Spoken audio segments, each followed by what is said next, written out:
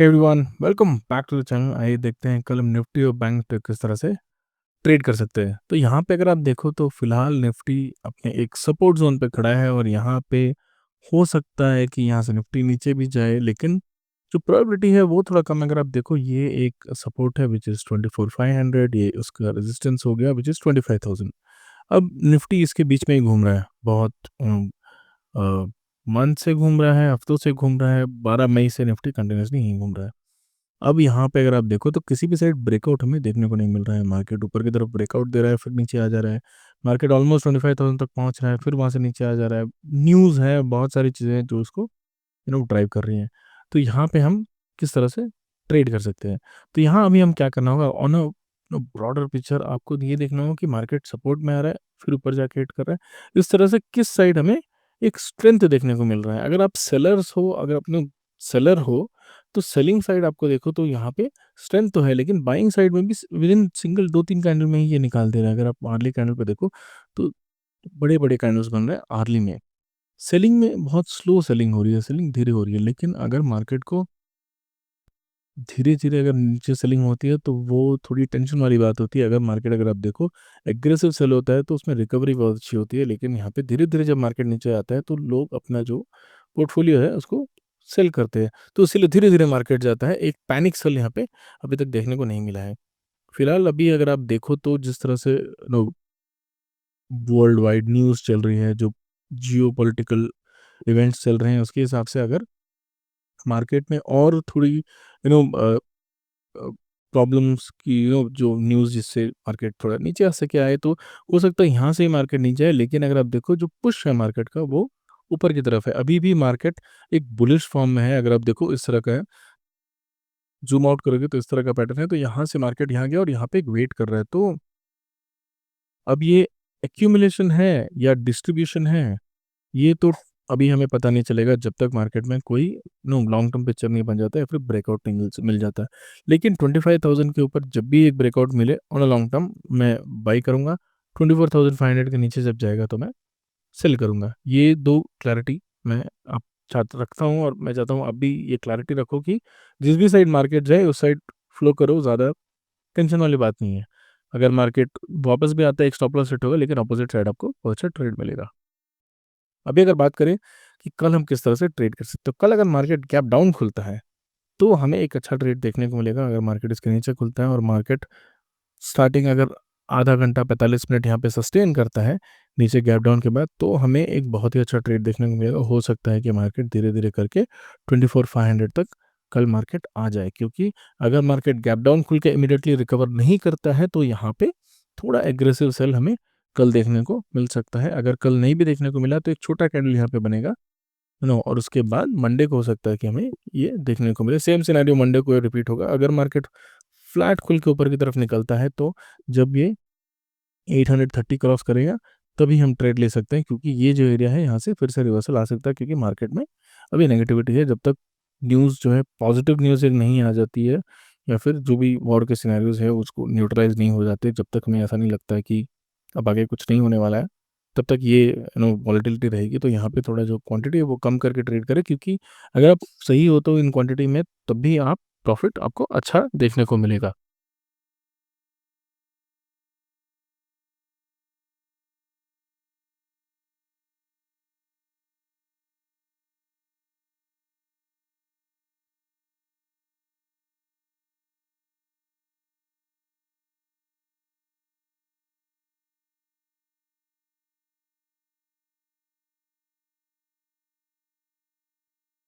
तो अगर इन सिनेरियोज़ में आप छोटी क्वांटिटी में भी ट्रेड करोगे और आपका ट्रेड सही निकलता है, तो थोड़ी एग्रेसिवली मार्केट बिहेव करती है न्यूज़ जब होता है मार्केट में, तो आपको प्रॉफिट है वो मोर और लेस सेम होता है, बस आपका लॉस जो है वो कम होता है।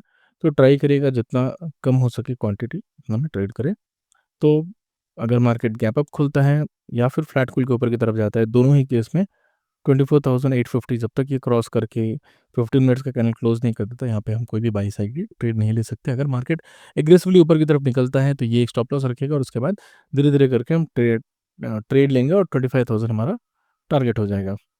अगर मार्केट गैप डाउन खुलता है और कोई भी एग्रेसिव रिवर्सल यहाँ हमें देखने को नहीं मिलता है विदिन एन आवर, तो यहाँ पे हम क्या करेंगे, यहाँ पे हम कॉल सेल करेंगे, यहाँ पे पुट बाय नहीं करेंगे, क्योंकि हो सकता है कि मार्केट नीचे जाए और यहाँ पे एक साइडवेज़ हो जाए और बहुत ज़्यादा हमें डिप देखने को ना मिले, इसीलिए हम कॉल सेल करना प्रेफ़र करेंगे। अगर कॉल सेल करने के बाद मार्केट एग्रेसिवली नीचे की तरफ मूव भी करता है, क्योंकि आपका जो प्रीमियम है वो बहुत ज़्यादा डिके हो गया होगा, तो आप क्या कर सकते हो, उसको घर लेके जा सकते हो। बट फ्राइडे के दिन आई वोंट रिकमेंड कि आप कैरी फॉरवर्ड करें अपने पोजीशन। बट अगर आपको एक अच्छा प्रॉफिट मिलता है तो कल के दिन निकाल दीजिएगा। अगर बहुत ही अच्छा डिप आपको देखने को मिला, देन आई थिंक आप उसको ले जा सकते हो, बट रिस्क रिवॉर्ड रेशियो आप अपना देख लेना, क्योंकि ओवर द वीकेंड बहुत सारे न्यूज़ेस आने लगती हैं।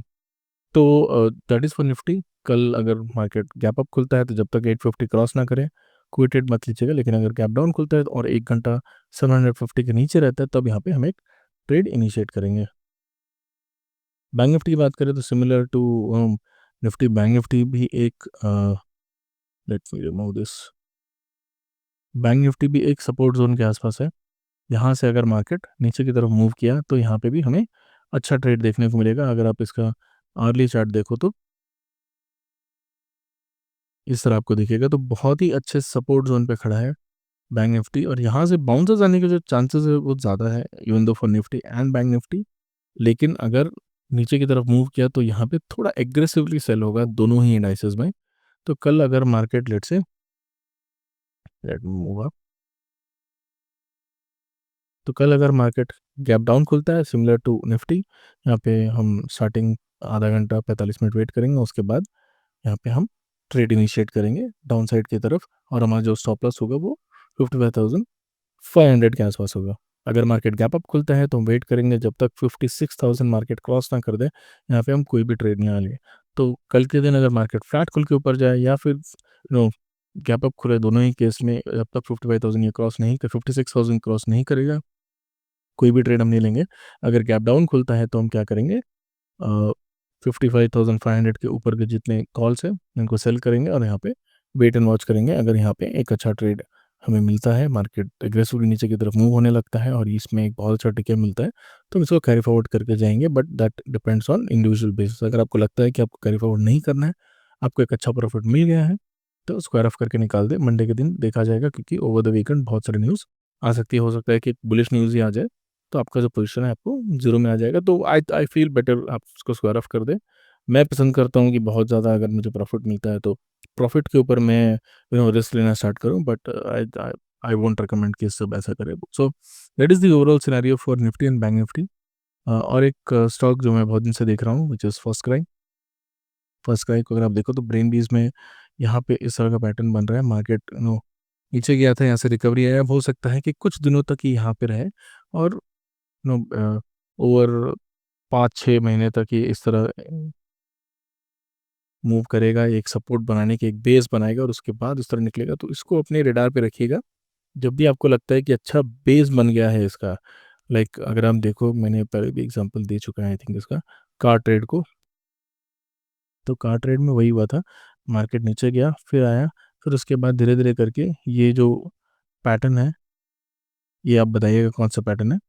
तो यहाँ पे ये पैटर्न आया, उसके बाद ये जब निकला तो बहुत ही अच्छा प्रॉफिट मिला। अगर आप देखो, इसका लो समवेयर अराउंड 340 के आसपास था और इसने वो हाई लगाया था वो 1900 के आसपास था।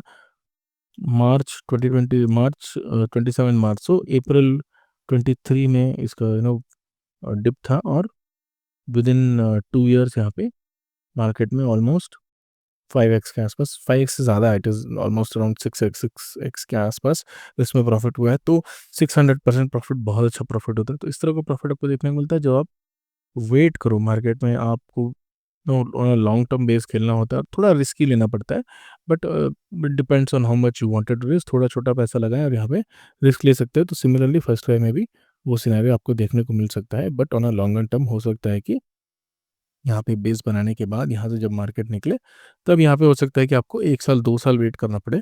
बट आई थिंक अगर ये कंपनी अच्छा परफॉर्म करती है तो हमें एक अच्छा प्रॉफिट देखने को मिलेगा। But this is for long term investment, मतलब लॉन्ग टर्म मतलब 2-3 साल के लिए। जब तक आप लॉन्ग टर्म गेन्स के दायरे में पहुँच जाओ, उसके जो के लॉन्ग टर्म गेन्स जो है 2 साल बाद ही मिलता है, तो उस हिसाब से आप ट्रेड प्लान करना। अगर आप शॉर्ट टर्म ट्रेडर हो या फिर स्विंग ट्रेडर हो तो this stock is not for you. That is all for the update today. अगर आपको इस तरह का कंटेंट अच्छा लगता है तो please do subscribe to the channel. Thank you.